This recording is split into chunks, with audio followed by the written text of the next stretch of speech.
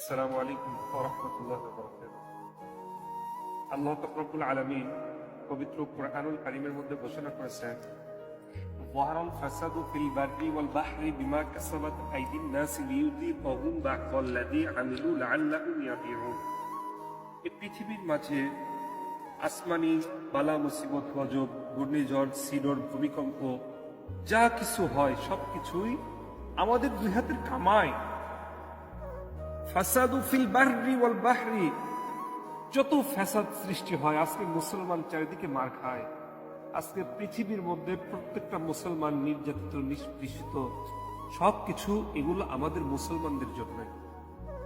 আমরা যদি গুনাহমুক্ত জীবন গঠন করতে পারি, গুনাহ থেকে ফিরতে পারি, একমাত্র আল্লাহ তাআলার ইবাদত বন্দেগী করতে পারি, আল্লাহ পাক রব্বুল আলামিন আমাদেরকে এই দুনিয়াটাকেও একটা ছোট জান্নাত দান করবেন।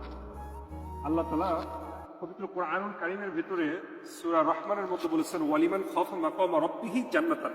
আল্লাহ তাআলা কিছু কিছু মানুষকে দুনিয়াতে একটা ছোট জান্নাত দান করেন যারা আল্লাহর ইবাদত বন্দেগী করে। তাই আসুন আমরা গুনাহমুক্ত জীবন গঠন করি, আল্লাহর ইবাদত বন্দেগী করি। আসসালামু আলাইকুম।